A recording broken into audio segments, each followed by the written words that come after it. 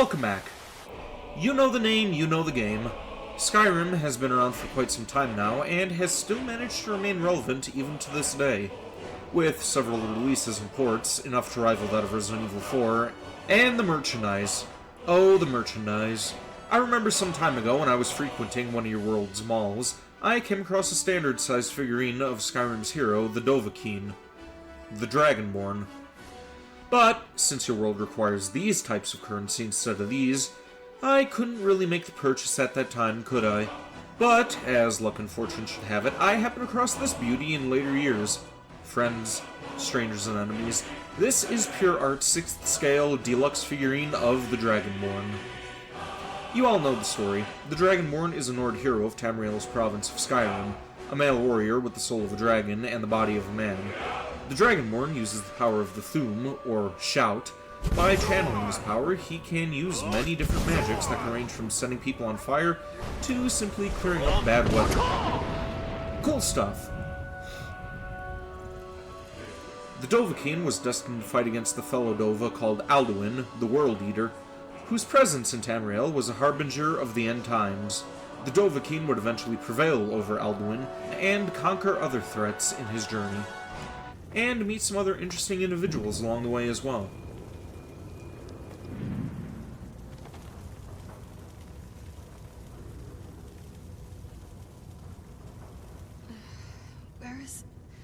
Who sent you here? Oh, hi, Laura Bailey. Your voice has taken on the form of yet another waifu vampire, it seems. You can't romance her, unfortunately. Thank the gods for mods, right? Anyway, back to the topic at hand. Let's take a look at this. This is a pretty cool way they designed the box here. They clearly manufactured this in the style of a large tome. The faint ridges on the spine here, the paper on top, bottom, and right. It's a great artistic choice. I love it. And as cool as the art of the Dovahkiin here is, I would have maybe liked it if they just slapped the Imperial symbol on instead. You know, just to give it that same vibe of it being a tome. Like the Book of the Dragonborn. By all means, keep the brand names on the lower half and the bottom, even. And it's not that I hate the art, I like it, it's cool, but with the vibe that you're going for, I think something a little less extravagant is in order. The box's lid opens to show the figure proper, and on the left side we have a picture of Talos, one of the 9 vines. Yes, he is, you know he is, don't argue, get those Eldmeri Dominion lies the fuck away from me, you pointy-eared princesses!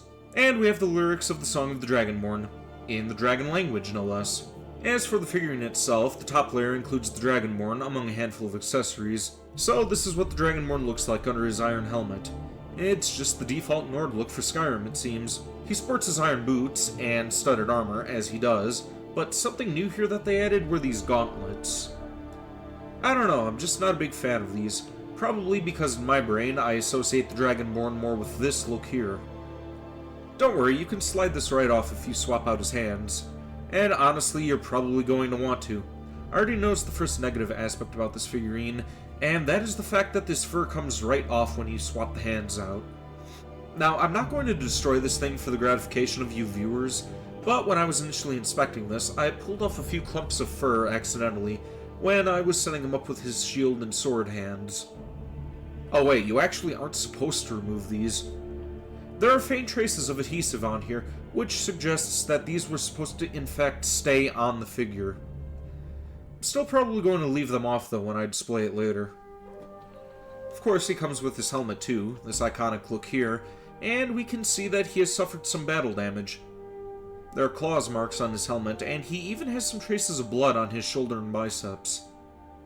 Something that I usually have a love-hate relationship with when it comes to the 6th scale figurines are the joints.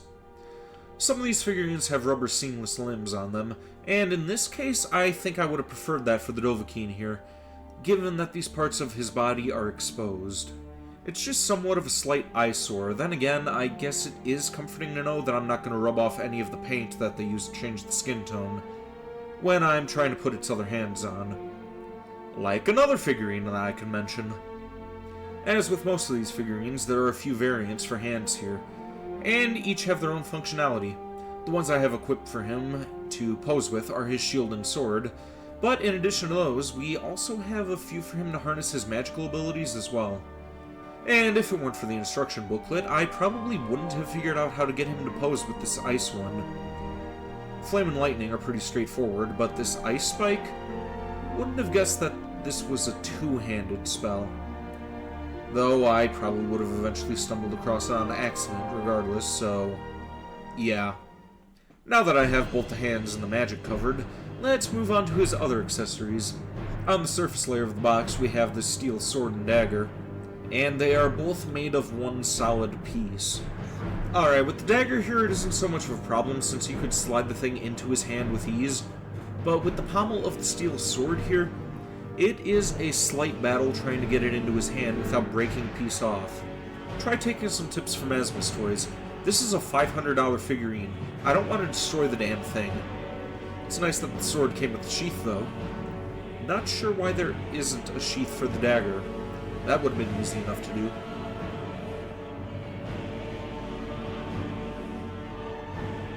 The third layer of the box has other weapons. A hunting bow, steel war axe, steel battle axe, steel mace, steel warhammer, and steel greatsword. And it comes with a weapon rack to display all of these as well. I think I can gloss over most of these because they aren't very unique.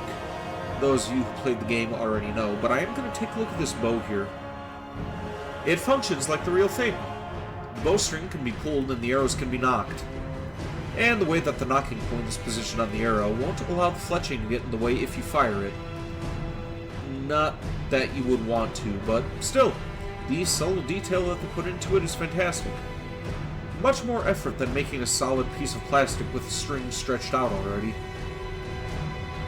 Now, he's been holding this shield the whole time, but we're finally going to take a look at that too. It's just another steel shield. Can I get a band iron shield replacement for this? Again, I'm associating this figurine with the Dragonborn's first appearance, and I am not liking the steel one. It's detailed, no doubt about that, it's quality just like the rest of the figurine, but the fact that it does have details like how it's apparent that it was used in battle from the faint scratches on the wooden metal is outshined by the fact that I don't care. I want my band iron shield. Now this I do like. For the base of the figurine, we have an Imperial Dragon emblem in the middle of a black and silver dial. The outermost part of the dial has markings in the dragon language, something that I actually took the time to translate, and of course, that's all it translates to. You know, I feel kind of stupid for putting in the effort, but a part of me thought that there would be more than just the Song of the Dragonborn again. And now we come to the end of it. Minor personal preferences aside, this is a treasure to behold. I wish that they would have kept this look more akin to the way that he was presented in the initial trailer. Just get rid of the bracers and trade in the gloves for something more flesh-colored, and swap around a few of the accessories. By all means, leave the steel sword and bow, but how about some Daedric artifacts instead of the steel weapons? I think I can speak for most fans that we would much prefer Volendrung, Rufalax, or Wabbajack over some lousy steel warhammer and battle axe. Also, something that I didn't touch on before, but I will now, his head is removable. Missed opportunity to add an alternate head of him shouting. I mean, this is the Dragonborn after all. Could have done something with that, maybe even added an unrelenting force ability that could snap onto the base or something. I don't know, it's just an idea. But aside from all that, this is a quality product.